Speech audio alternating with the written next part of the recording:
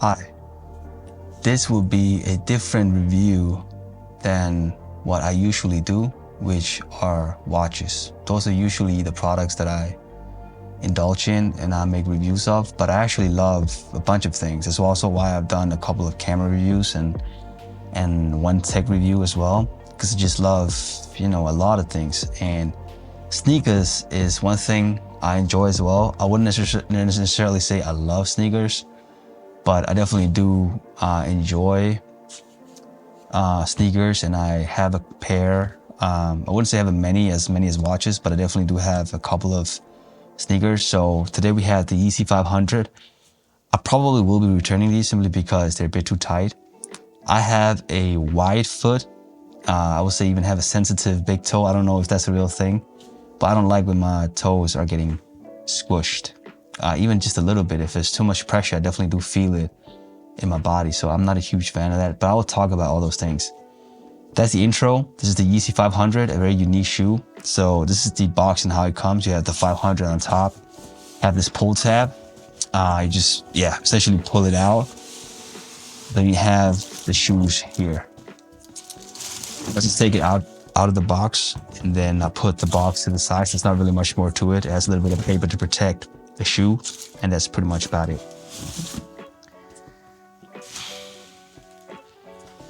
Then we have the shoe here. You can see there's the tags. This is a US 13. No, wait, it's a US 12 and a half, correct? There's a US 12 and a half, and in the European sizing it would be 47 1/3.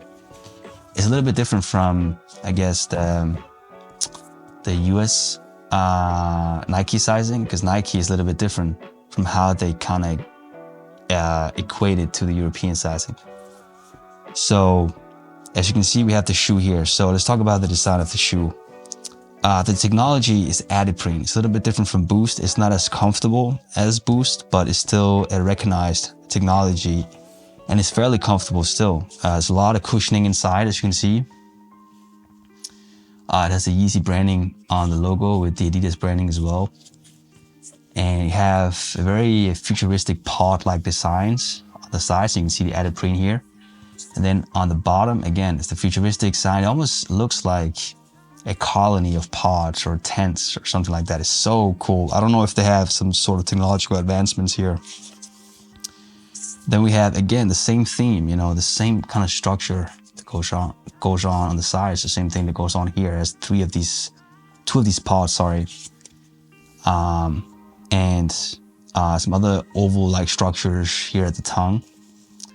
It's such a cool shoe. In the beginning when I saw it, I didn't like it, but one of the reasons why I love the Yeezy 500 more than the Yeezy 700 is simply because of the simplicity and how futuristic it is, and also because of its price point. It's like $150, so it's a little bit cheaper. $150, $180, a little bit cheaper than the Yeezy 700s. The Yeezy 700s do use Boost compared to this one, but still. But the main reason why I wanted to make this review is not even about the actual shoe, but it's actually about the sizing, because the Yeezy sizing is one of the most confusing things, So they're always too tight, but how tight are they exactly? So I brought some shoes to guide you in terms of choosing the right size. So just put this to the side a little bit. Then we got two other shoes. We got the P6000 and we got the 530.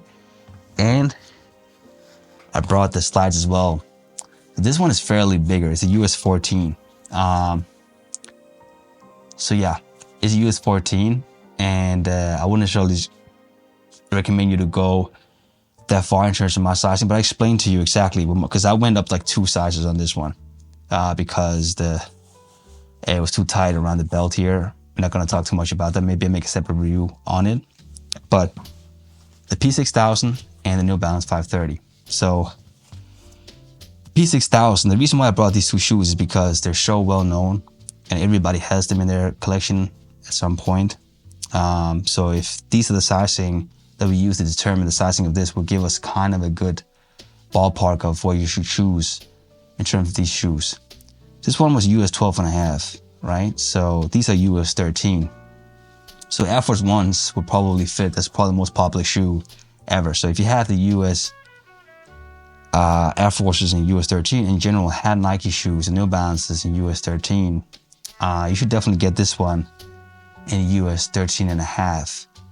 Half size up minimum, because US 13 and a half is essentially equivalent to, so that's the sizing chart, right? The sizing chart is saying that the US 13 and a half would be equivalent to 48 2/3 in the European sizing. So essentially, it's not the same equivalent when you go to European sizing. So the US 13 on the P6000 and the New Balances in European sizing would be 47 and a half, right? 47 and a half. So US 13 in these two shoes, 47 and a half. The US 13 size in this one is only 48. And honestly, that's not enough. You need to go up a little bit more than that. So you need to go to US 13 and a half. And honestly, you might even have to go up US 14. I never had shoes on with this sizing that should almost be the same as the ones I already have to be this tight. I mean, it's cramping my foot like nothing I've experienced. Maybe the 350s are that way as well. But yeah, minimum. You have to go up half a size. In the Adidas, you have to be like a US 13 and a half as a minimum. And if you can go up to US 14, I would even recommend that, honestly, because the shoes are not gonna slip too much. It's very tight fitting around the heels here. So, your foot will be very stable there. So that's probably what I would do. So again, if the Air Force Ones in US 13, these ones 13 and a half as a minimum, like a minimum 13 and a half.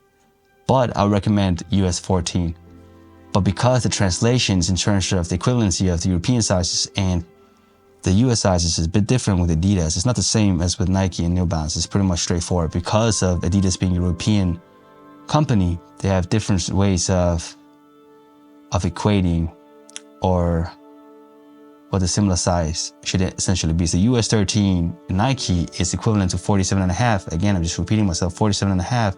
US 13 is 48. So essentially it's a half size up of how they equated. Adidas equated. But again, go with like a half size up. So if it's US 13, do US 13 and a half here. But if it's US 12, do US 12 and a half here. But my recommendation would be, if you do US 10 here, US 11 here, US 12 here, US 13 here, US 13 here, you do US 14 here. Always one step up, and it's going to equate fairly, I would say so. So these one, the slides is a little bit different because it says US 14, UK 14 is the same. It's not. So I don't know exactly how the sizing is, but the European sizing is 50 on this. So for me, this would be too big. If I do the European sizing of 15 here, it would have been too much. But definitely go up half a size as a minimum. I wouldn't even recommend going up one size just for the higher comfortability. But I mean, the shoe is incredible. It looks good on the foot as well. If you want some foot shots, let me know, but I might return these shoes, honestly. But yeah, again, the sizing of it. If you have a shoe size of 13, US 13 here, go 13 and a half as a minimum. But go, I wouldn't even say 14 on these, honestly. Like 14 is probably what I would recommend. So if you go 10, you go 11 here, just to get that extra comfort. That's definitely what I would recommend. I don't know why they're so tight. You can probably take out the insoles and it's going to alleviate some of that pain and that tightness around your foot. And it's not healthy for your foot to be cramped up here. It's not healthy for the overall foot. So yeah, but that's the comparison of it. So if you have Air Force Ones, you already know you're using US 10, go US 11 here. That would be my recommendation. And it's a little bit confusing on how they convert the US sizes into European sizes, because New Balance and Nike is the same, but it's two American companies. Adidas is a little bit different because it's a European company. So they do a little bit different, but as far as I can tell, half size up as a minimum, but go full size up from this. So if you US 13, US 13 and a half in Adidas minimum, but go up to US 14. I'll definitely recommend that. I think that's probably going to be the best fit. I'm going to return these because I can't get them in my size. They're sold out, but it's a cool shoe, man. I mean, it's a really classy shoe. You can pretty much use for anything. I kind of love this. I usually don't like this matte black grayish finish, but it does look good though. And that's about it. If you have any questions, let me know. And if you want me to do more of these kind of talking head videos, let me know, and we'll take it from there. And don't mind the beat up shoe. I mean, they're generally beat up, but I do wear these shoes a lot. I'm not a huge fan of the 530 though, because they always have holes in them.